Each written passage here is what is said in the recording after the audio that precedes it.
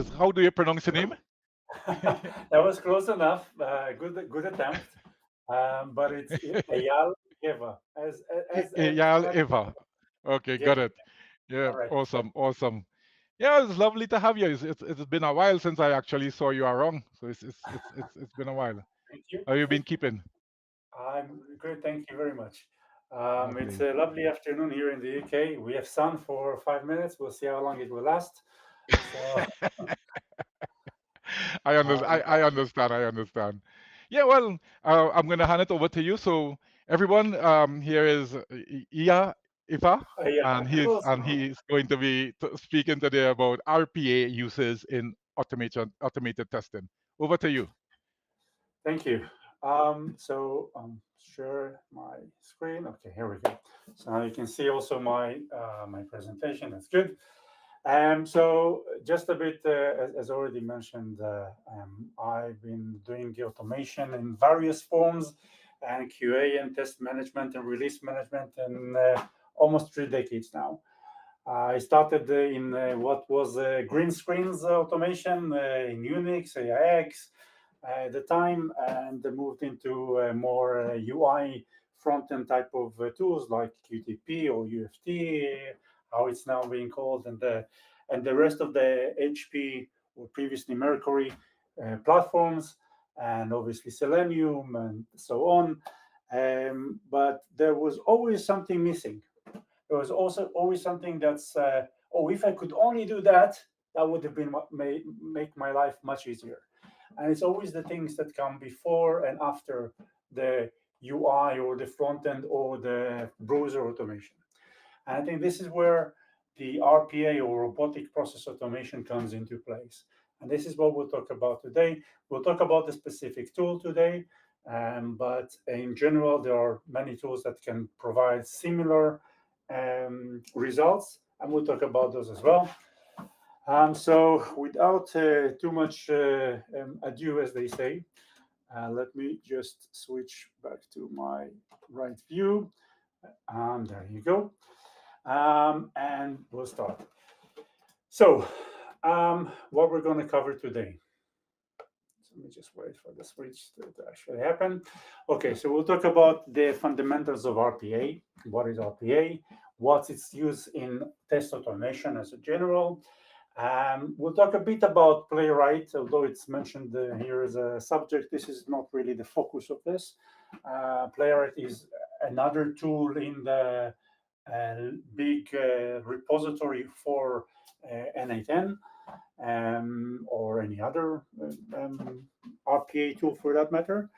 And we'll look at other names that exist there for enterprise RPA platforms, implementation strategies, some ideas on how to do that, using AI in the process as well. So I know there was mentioned one of the implementations that I've done for a client, SaaS client, was the conversion of manual testing through AI into automated testing. Now that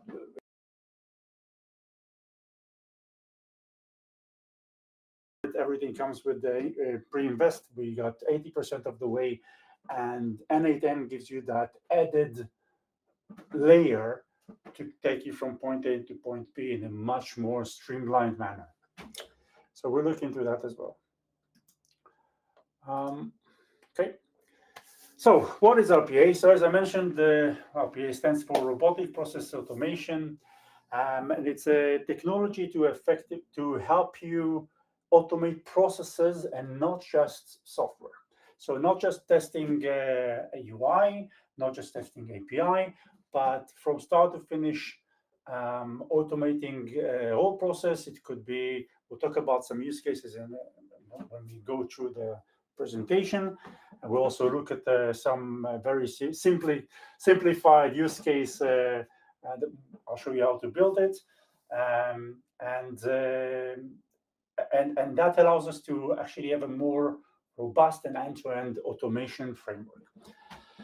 Now, it's working using API calls or any other means that you can actually have to interact with an application. it works with a lot of, there are hundreds and hundreds of integration points. We'll go through those as well, or some mentioning of them. Um, there are visual designers, to specifically the tool we're going to look at is N8N, and there are visual designers, and I'll show you how to use some of them. And obviously, with the enhancements that can be done with AI and machine learning, you can get much better responses and processing of your results and automation across the board. Continue. So, what are the core RPA principles? So, it's rules based. So, like anything that we run, anything that we write, what is automation, what is software, there are rules. If this happens, do that. If that happens, do this. RPA is no different. However, there are some flexibility that we can get with using AI in those processes to ensure that we have a more robust outcome at the end. Auditable. So we have an audit log of all the executions that we have in the application. So we know when it executed, what was the results, what did we get, what was the input, what was the output. So it's very good for looking at if you are interested in compliance and ensuring that whatever it is that you're executing, testing, or running, or whatever it is, has a reason behind it and it's logged. It is low code or no code. I'm saying it's more low code. I would say the limitation of there are limits to what you can achieve with no code, but with low code you are able to achieve a much more robust infrastructure, a much more robust processes, and you can again with the handle the most basic things with no code. But we'll look into that as well. Non-invasive already touched. We are talking about creating or using APIs to interact with systems. You don't have to change anything there. You don't have to install any injectors or anything like that. It's scalable. So N8N in particular have a few tiers. It has also have a free tier, so you can self-host it. So it's an open source. You can self-host, and that gives us a lot of power. So I use my own server for these, and I'll show you an example of what we use. And with that, you can obviously do limited. I'm saying limited, but there are some limitations to the free instance, which, for example, it's sharing credentials between users and so on. But we'll touch on that when I'll show you the demo. Flexibility. As I mentioned, there are many ways to use this, and even if that integration point does not exist within N8N at the moment, and you have your own API or your own integration point that you'd like to put into a process, you can use that with just an HTTP request. So it is very flexible. You can put whatever tools in there. Even if, for example, the AI or the machine learning module that you want to use does not exist there, you can use their API point to do the same. So in that sense, that is a very flexible platform.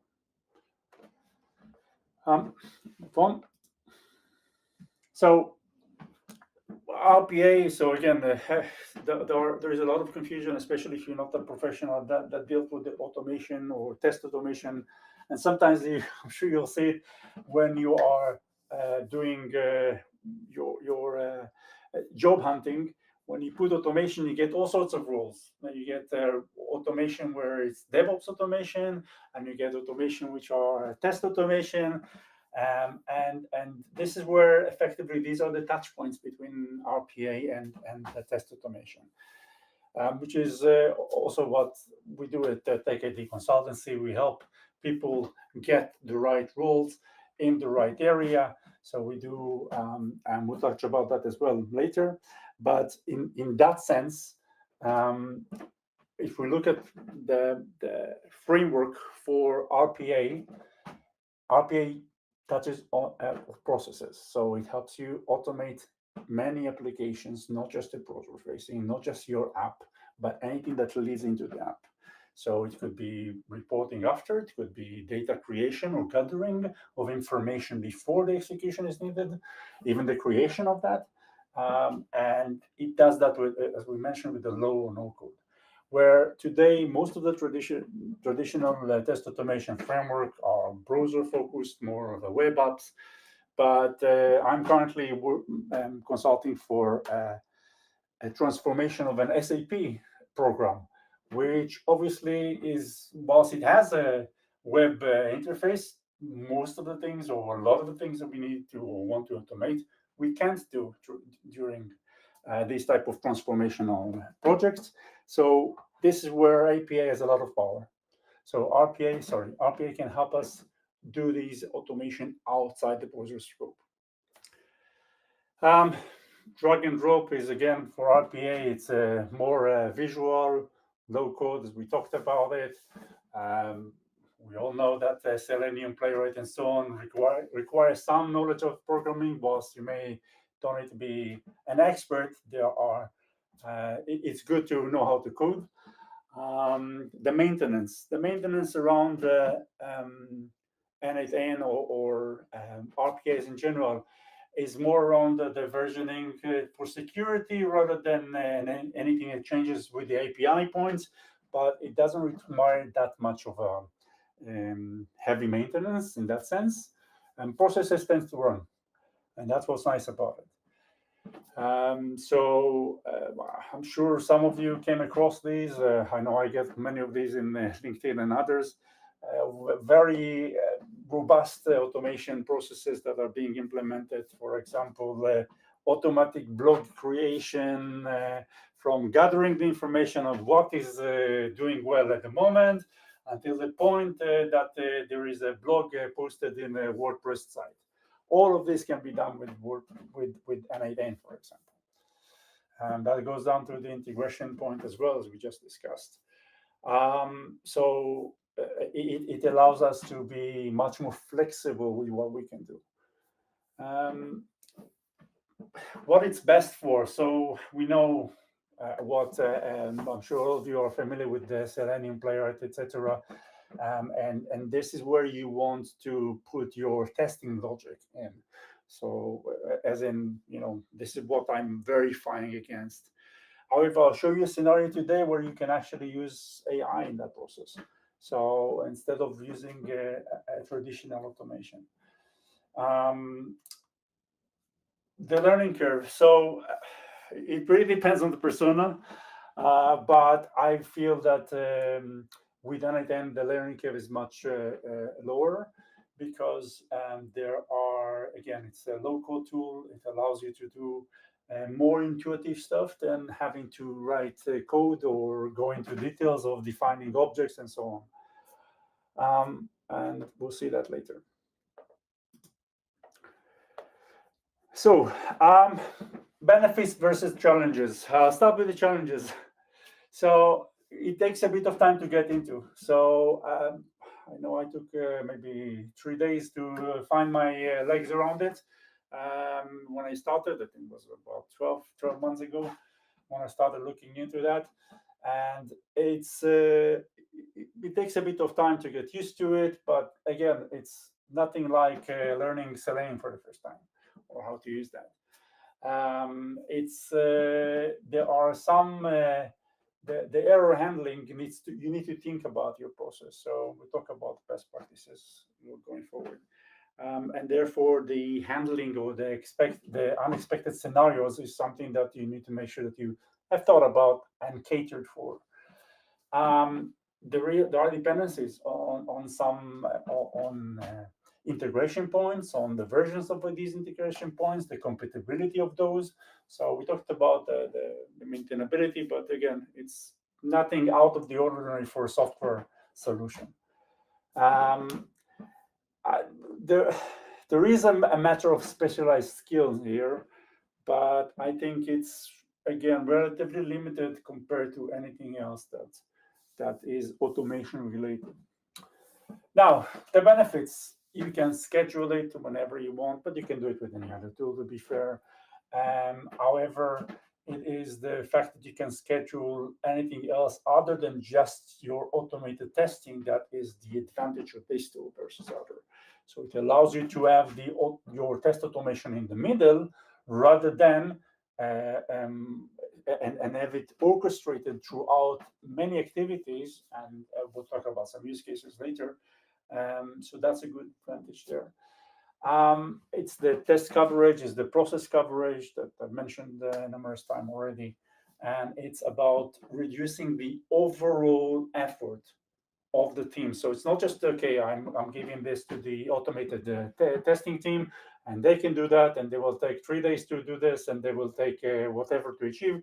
It's around, but I need the DevOps guys to create an environment. I need to make sure that the environment is brought up or brought down. I need to set up the data. All these extra activities effectively can be done with these type of tools. So RPA allows you to look at the whole scope of your activities and automate them. And that is a great time reducer, an effort reducer in that sense. Faster feedback cycles, that's a generic advantage for automation. I mean, it's not specific for this tool or another. And this is something that you anyway get when you look at automated testing. And these RPAs are no different. Fun.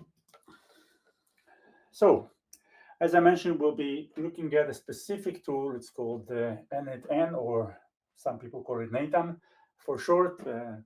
But there are other tools like Zapier or MS Power Automate, Microsoft Power Automate. I don't know if any of you have experienced using those. There is Automation Anywhere. There are many tools that do the same thing in slightly different manner.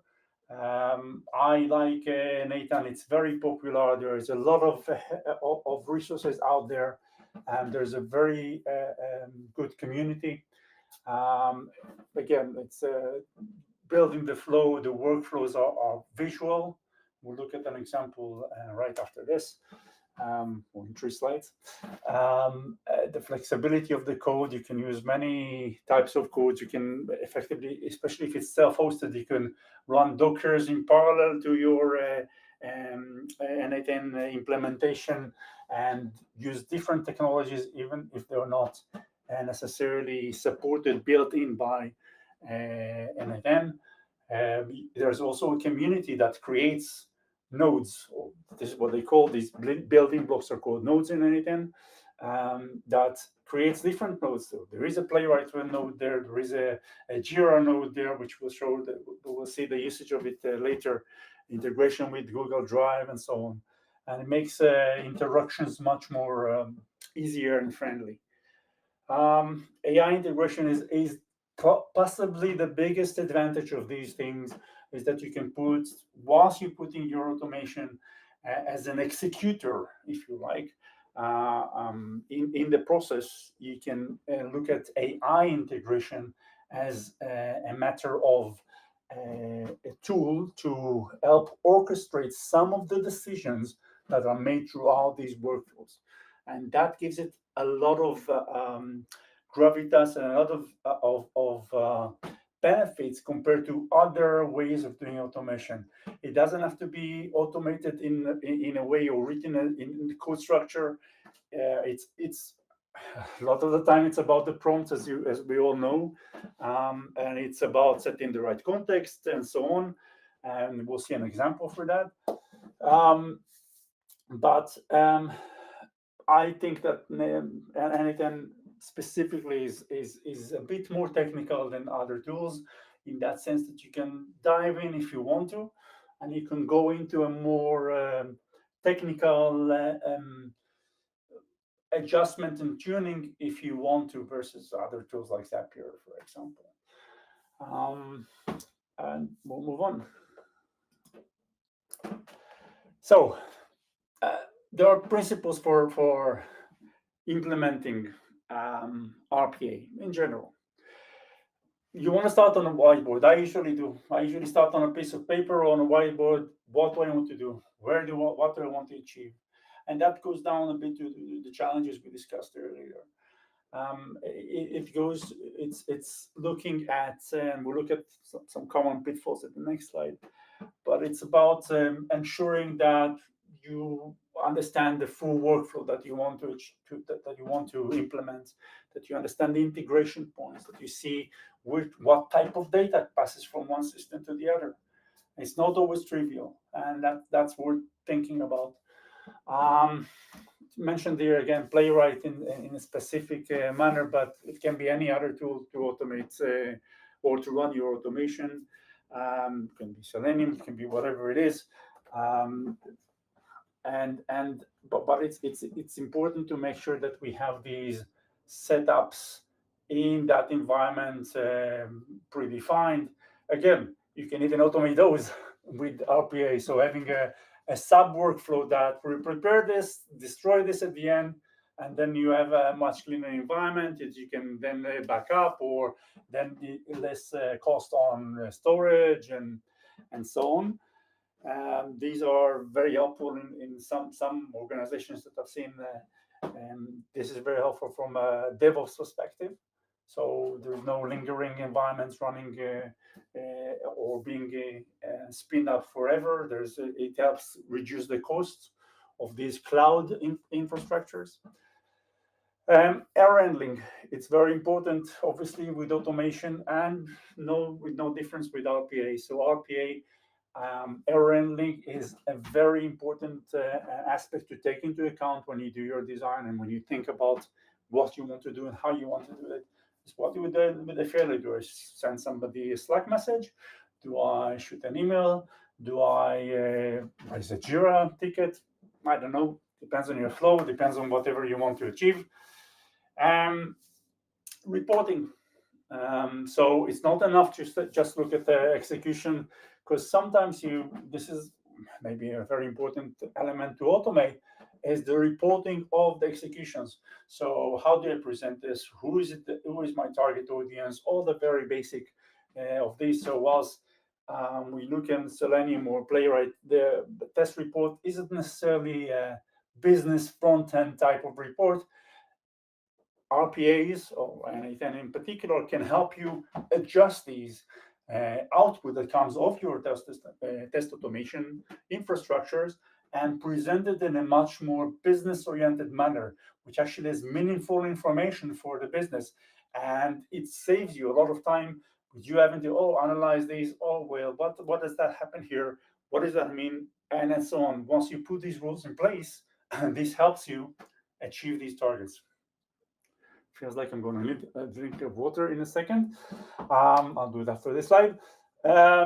And integrating with CI/CD. So I mentioned something that you can put in place is effectively looking at your cloud infrastructure and how you can spin on your environments and ensuring that it actually spins your automation after, destroying it at the moment and lowering the costs.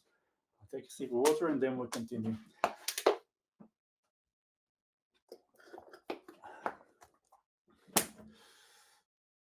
Okay, so there are many implementation strategies. This is just an example of something that you want to think about, consider, take into account.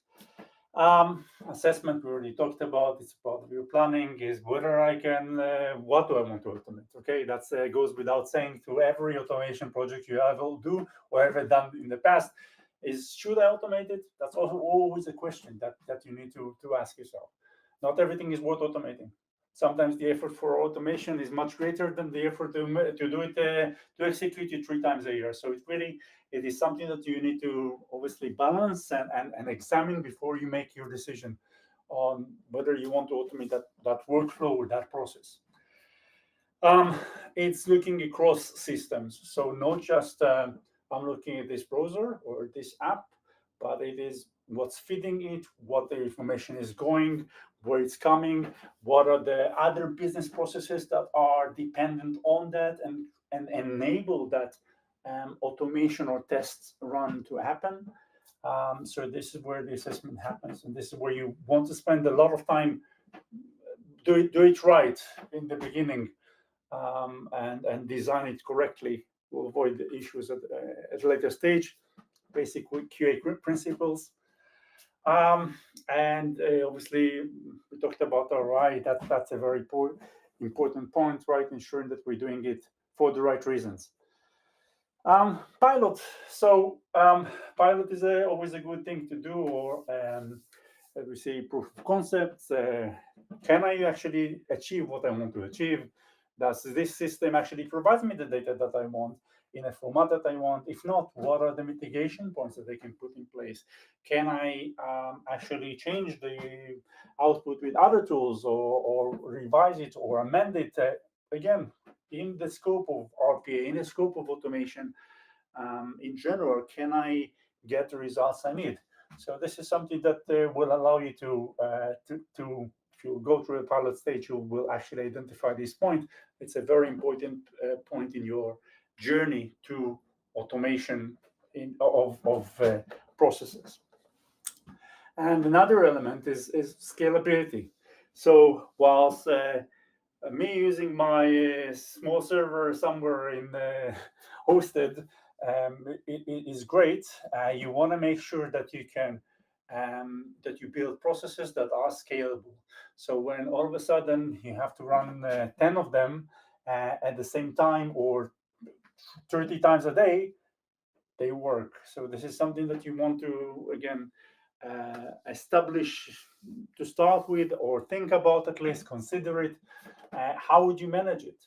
So as I mentioned, there is when you use the free version, so the self-hosted version, if you're a single person in an automation team, that's fine, you can manage.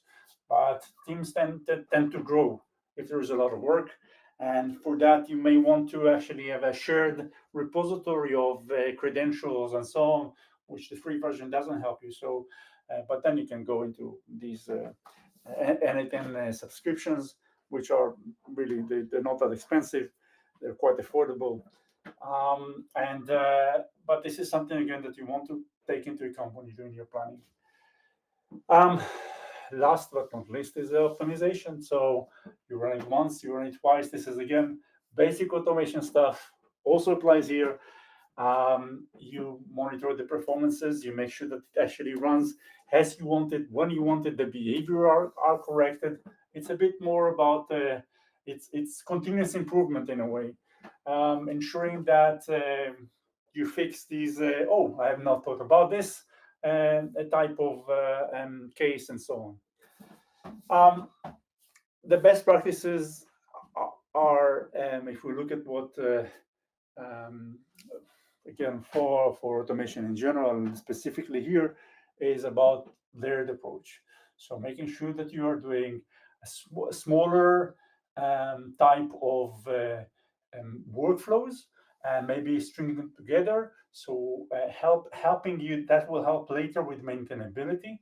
So if you string a few workflows together, then if an issue happens, not everything necessarily breaks. So this is something that you may want to consider. It doesn't have to be this way, but some RPA process can be very complex, and you'll have hundreds of nodes, and it's not manageable to do it in one screen. Whilst you have a very big canvas, and I'll show you that in our demo, it's not very effective way to work. Modular design, I just mentioned it, right? You build smaller components, and you fit and match, maybe reuse them at a later stage. And you want to make sure that we, as I said, look at more of a business process rather than just the automation bit.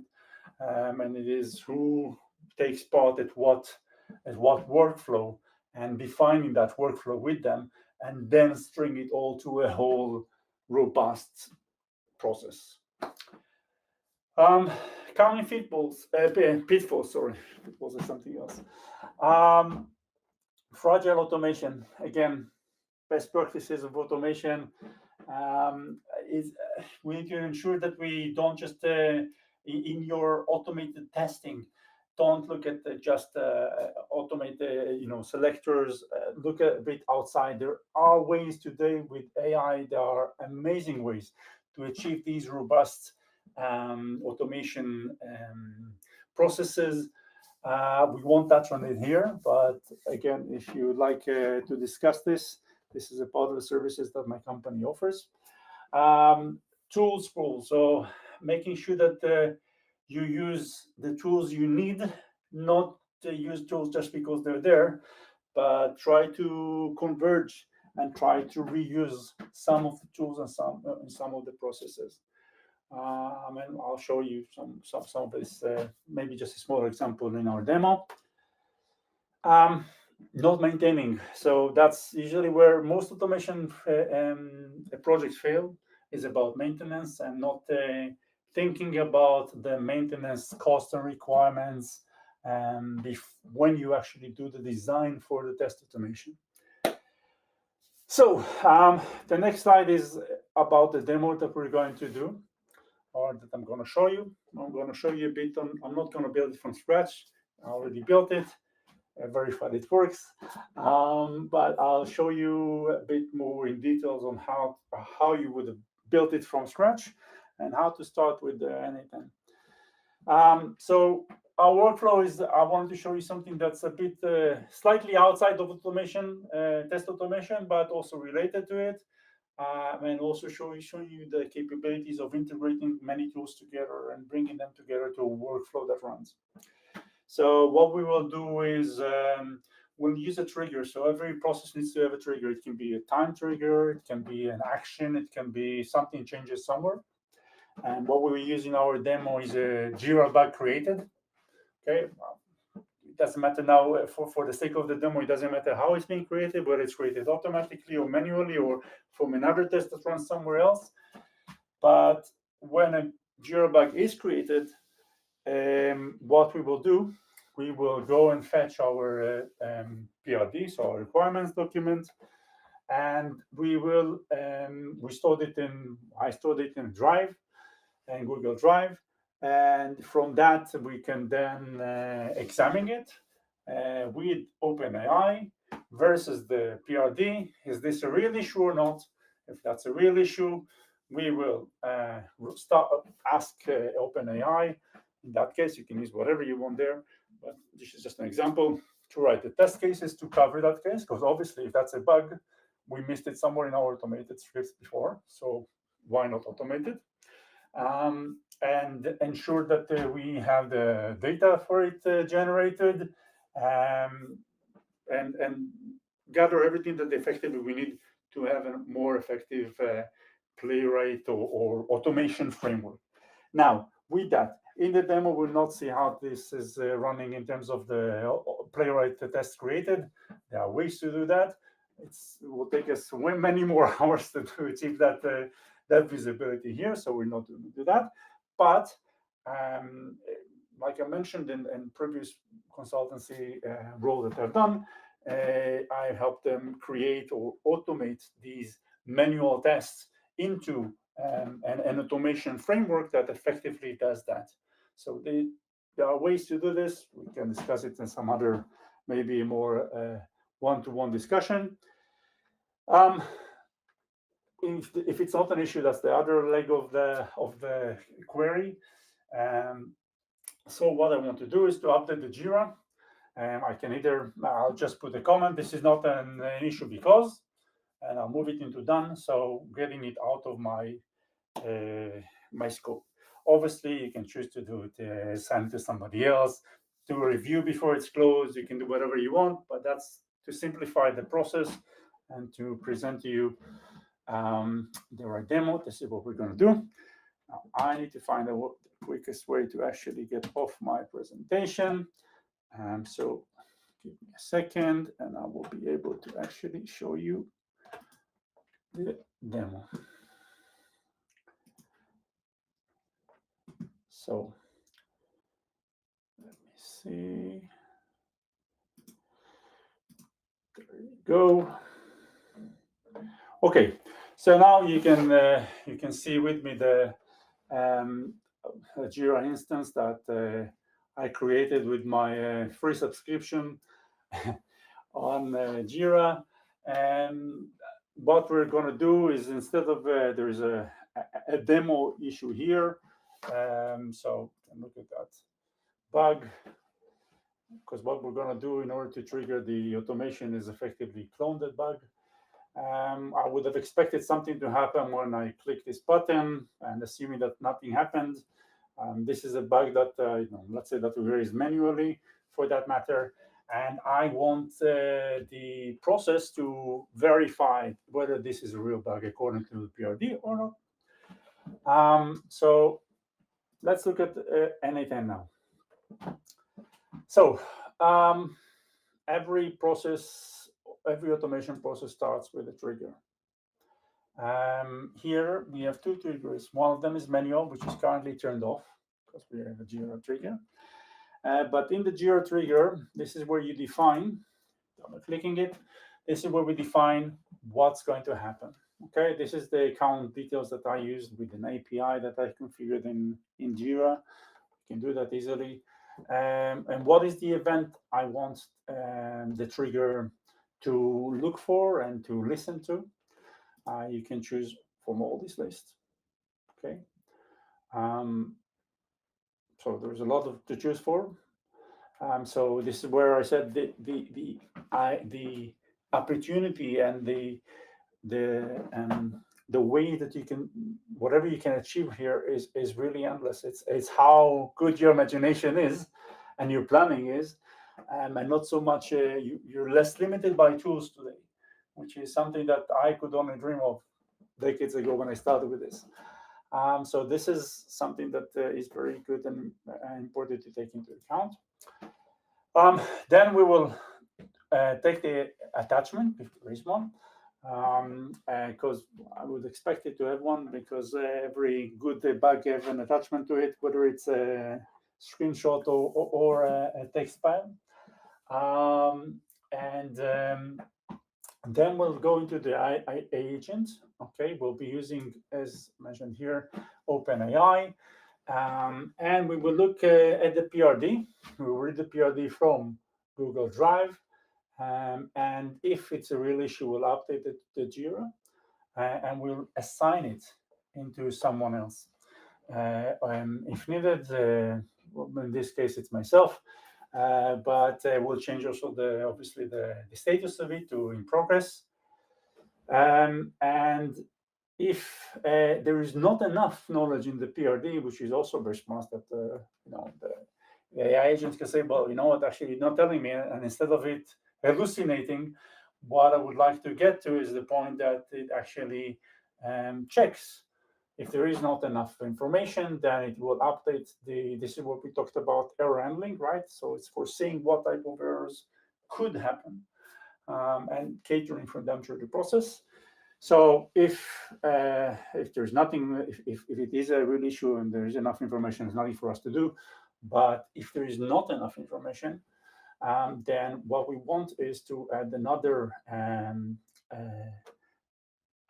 comment into Jira, and ensuring that, which is what we do here, and this will be the end of the process. Okay, so I don't see any questions in the chat, so I will start by executing the workflow. So when we execute the workflow, as I said, this manual trigger is disabled, so it won't do nothing. But this can be a useful thing for us to test instead of if we don't want to make Jira dirty with different bugs. So we can start the process manually and reuse the same bug for our tests and so on. But what happens here, as you can see, we're waiting for the trigger event. So now I'll go here. And I will trigger the event by cloning the bug. Just close this first. Sorry, second. Let's go inside it. And clone issue. Now, issue is unassigned. I'm the reporter. I want to include the attachment just for the cloning perspective.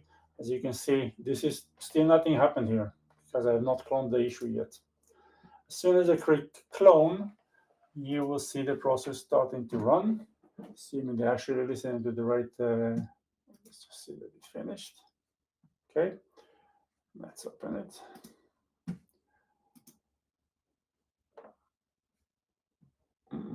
Interesting. It does not listen to the right there. Let me just see that I didn't change anything. Okay, sorry. I think I know what went wrong. But let me see that we are listening to the right node, into the right project. That's the joys of working with multiple Jira projects. Let me just verify that. I cannot help this without. Okay, yes, that's the right project. All right, we'll start again.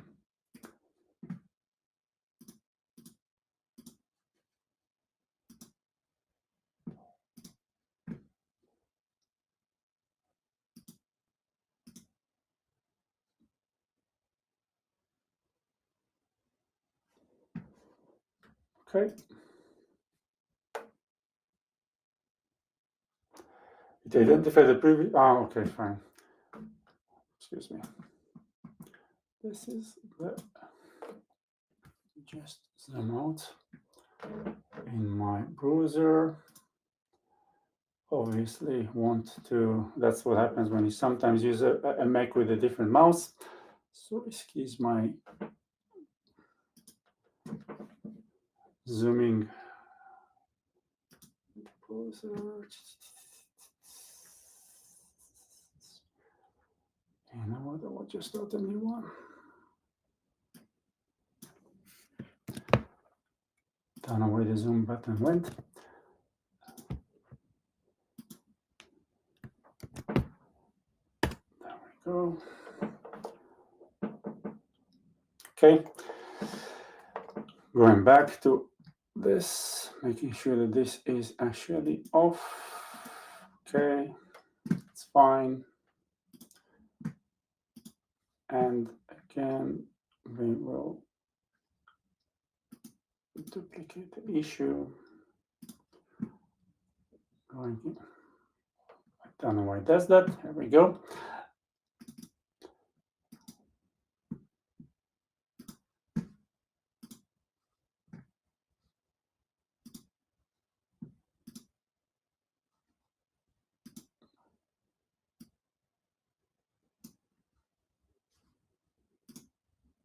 Okay, so as soon as the bug was cloned and created, when you are connected to the right system, you can see the workflow starts.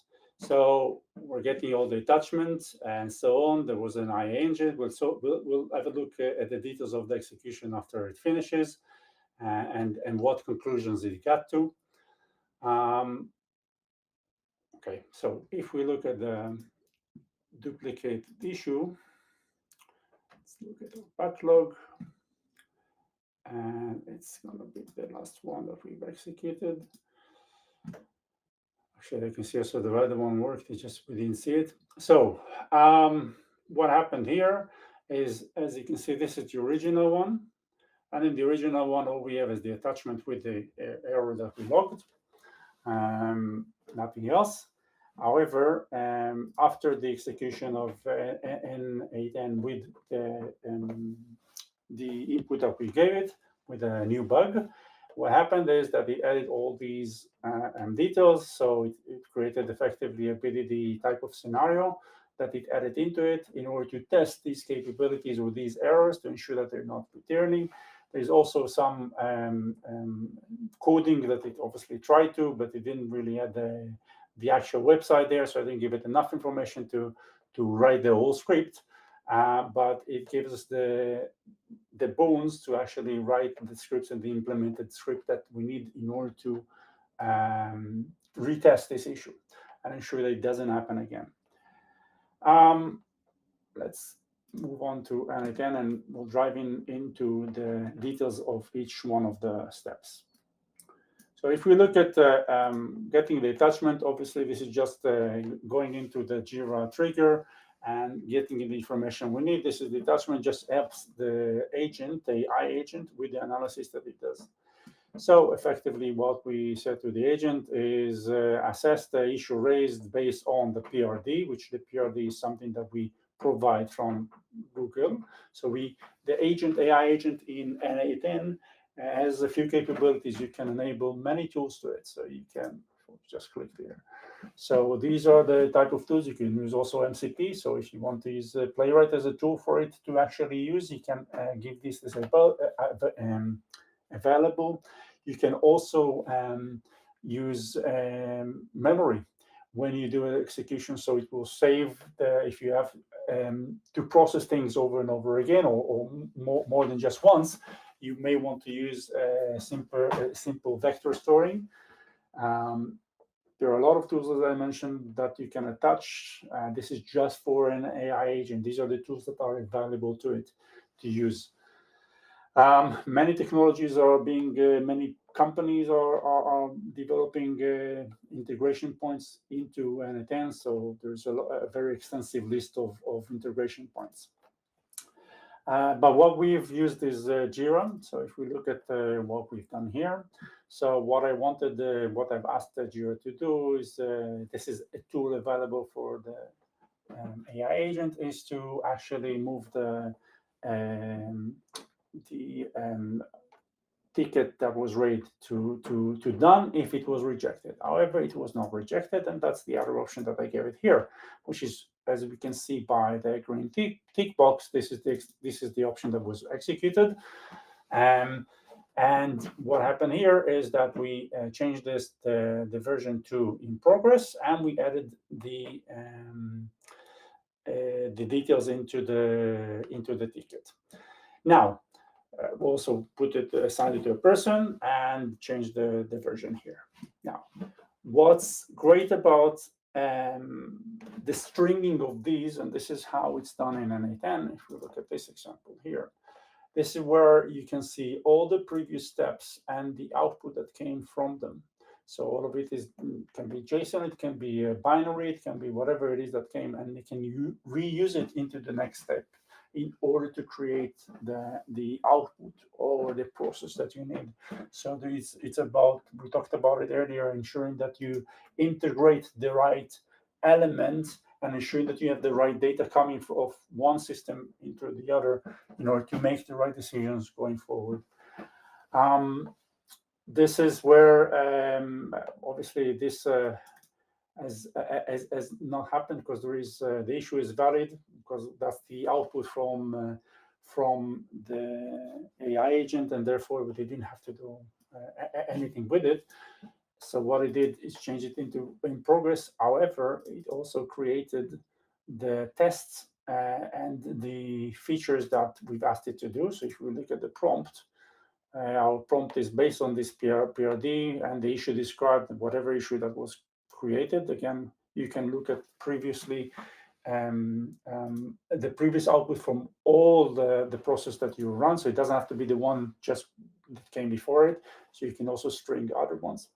And then look at what is available to us and reuse it in this process. So here I asked it to go to the Jira trigger, which is this one, the first one, and look into the issue description. And based on that, create the list of test cases. Again, this is a very simplified prompt. I would never use that in production. It's way overly too simplified. But this is something that just presents to us and shows us the capabilities of such tools.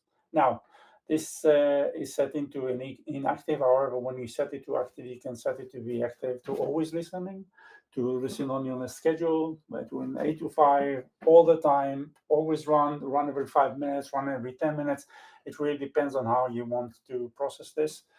So this can be something, if we're looking at this process in particular, this can be something that you can do, I don't know, every 5 minutes, every hour, every whatever you think is right.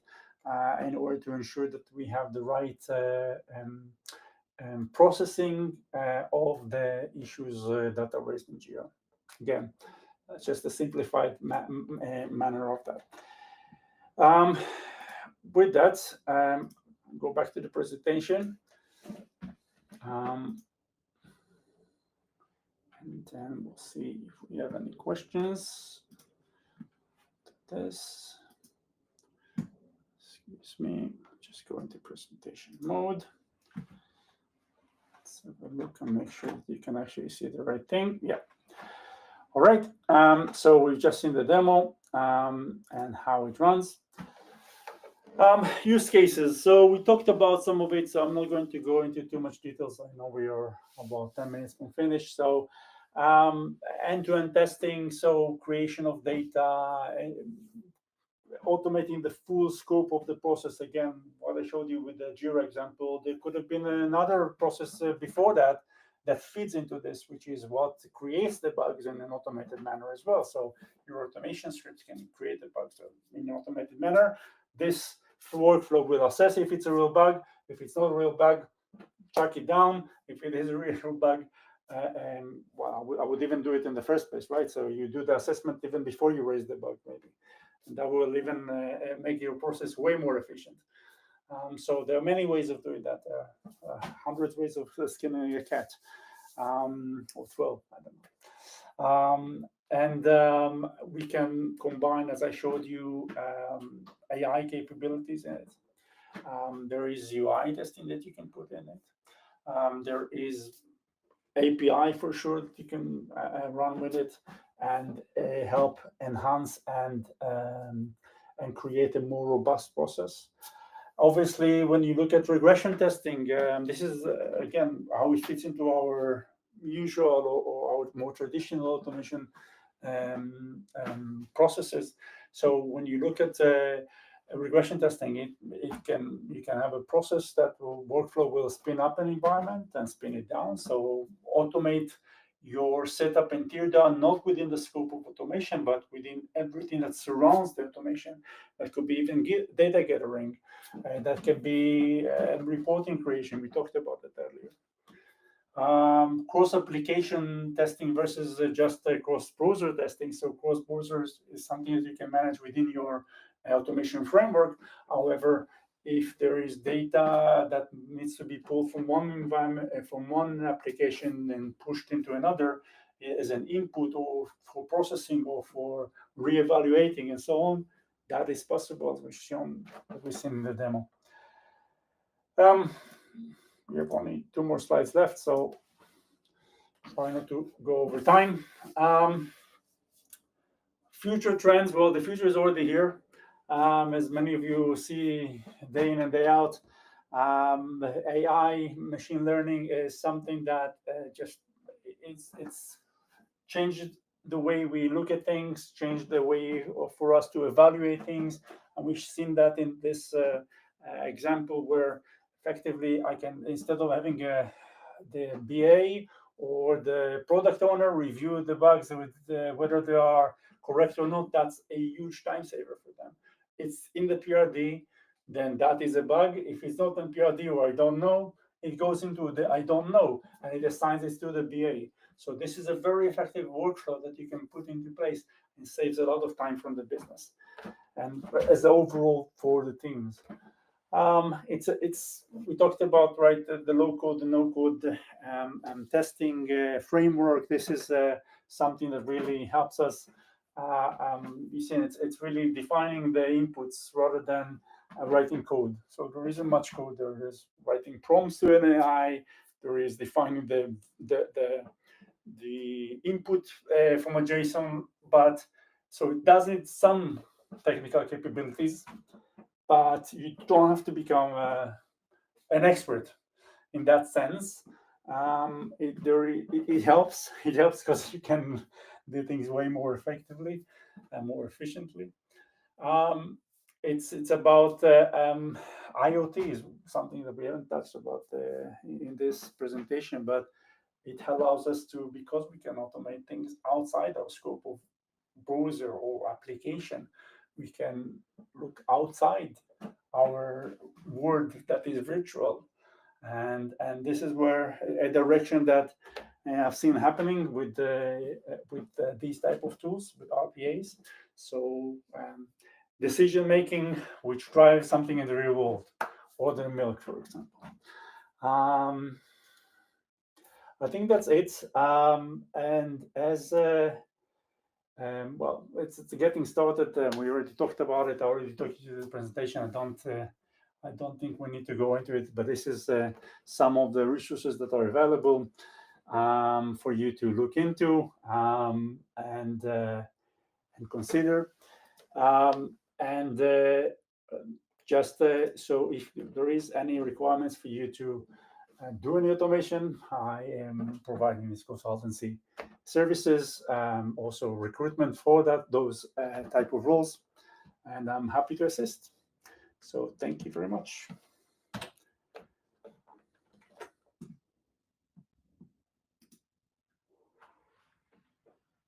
I don't know if we can hear you. I can't. Maybe others can.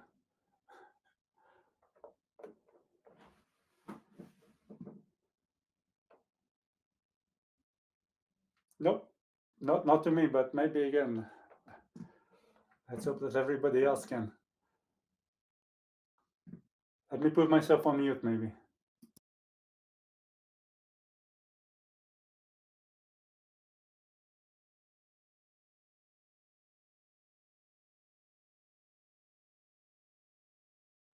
Can you hear me now? Now I Yeah, can. you can perfectly perfect. All right. Thanks for that. Very interesting. But I have a question. Is to do with I'm kind of thinking. What is you say is design test flow in N8N? What exactly is N8N for my? That's the tool that we saw. So the tool that we saw that actually manages the workflow and sets that data to move. That's an event. That's a tool. Okay, so that's the tool, and it's all modular designed, so you could Mhm. create reusable components and then use them in different flows. One aspect of that would be, say, like visual bits of it. Is that correct? So I can tell you about the. So I have a few websites that I run just as a side gig, if you like, Uh-huh. and for me to make sure that the WordPress the automatic update did not break anything, I have Visual Compare. So I have an anything workflow that runs automatically, takes a screenshot, compares it to what it was before, and make sure that it's still actually the way it's supposed to be. There are like nodes like browserless, and now there's also an AI browser that can be added into the mix. So there are many capabilities, many ways of achieving this today. Okay. And my final question on this side is about here you mentioned as you was going along that the RPA processes could be very complex, and it could be really hard to run within one, like say, one batch or one sprint, as the case may be. So how do we deal with that, and two, what would you recommend, and how would you tell people to avoid that? So firstly, as we mentioned, it's about planning, right? Is ensuring that Mm. you plan your workflow in a modular manner, something that you can reuse. So even today, when we look at the basic automation, I'm spinning an environment, I'm deploying my code, I'm running the automated test. All of this, each one of them is a workflow on its own, right? So spinning the Okay. environment is a workflow. Deploying the code is a workflow. Running the test is a workflow. So by thinking a bit in a more modular manner, you can then decouple these type of dependencies and write them as separate workflow, but then combine them together with the appropriate trigger, like we did in the example that I showed. Okay, yeah, I get that. So you make them, you just break them up, and then you run them Bring them. Yeah. continuously. So yeah, so you get the whole thing done. Yeah, it's impressive. I mean, very well done for that, and thank you for sharing that with us. Thank you so much. Thank you very much. Have a Mr. great day. President. Yeah, thank you.